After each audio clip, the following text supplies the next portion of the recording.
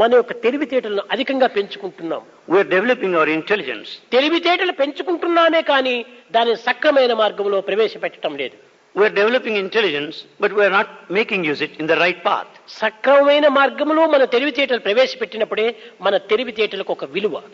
The intelligence will have a value if it is used along the right path. ఈనాడు లోకము లోపల అమితమైన తెలివితేటలు గలవారు ఉంటున్నారని మనం ప్రచారం సలుపుతున్నాము. మేధాశక్తి కలిగినటువంటి వారు వైజ్ఞానికులు ఎంతమందో ఉంటున్నారు.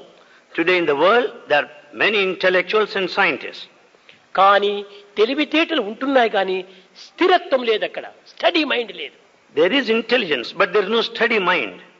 స్టడీ ఫర్ స్టడీ, ఇది మనం నేర్చుకోవాల్సినటువంటిది. స్టడీగా ఉంటుండాలి ఎప్పుడు కూడా. We have to study for study. This we have to learn. ఈ సమచిత్వాన్ని మనం ఏనాడు పోషించుకుంటామో ఆనాడు మనకు రోగములే మనకు చేరం. When you have this equal mindedness, we will never fall sick. మన సమీపానికే అవి రావు. They will never be in proximity.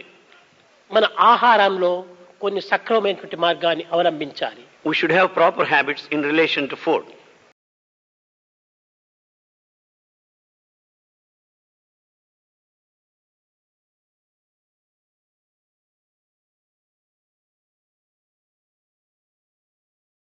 ఈ మానవత్వం లోపల హృదయమునకు సంబంధించినటువంటి రోగములు రావడానికి కారణం ఏమిటి? What is the reason behind the heart diseases?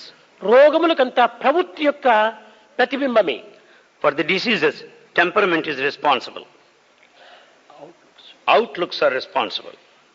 కనుక ఈ యొక్క ప్రాకృతమైనటువంటి విషయాల్లో మానవుడు సరైనటువంటి మార్గాన్ని అనుసరించాలి. Man should follow proper path in the world. ఈ రెండింటికి నీ ప్రధానమైనది రెండు ఆహారములు.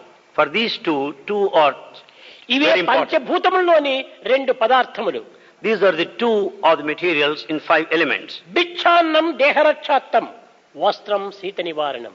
The food is partaken to preserve the body. దేహరక్షణకై ఫుడ్ అవసరము. To protect the body, food is necessary. ఈ ఫుడ్తో కూడినటువంటిదే జలము. Associating the food is there, the water.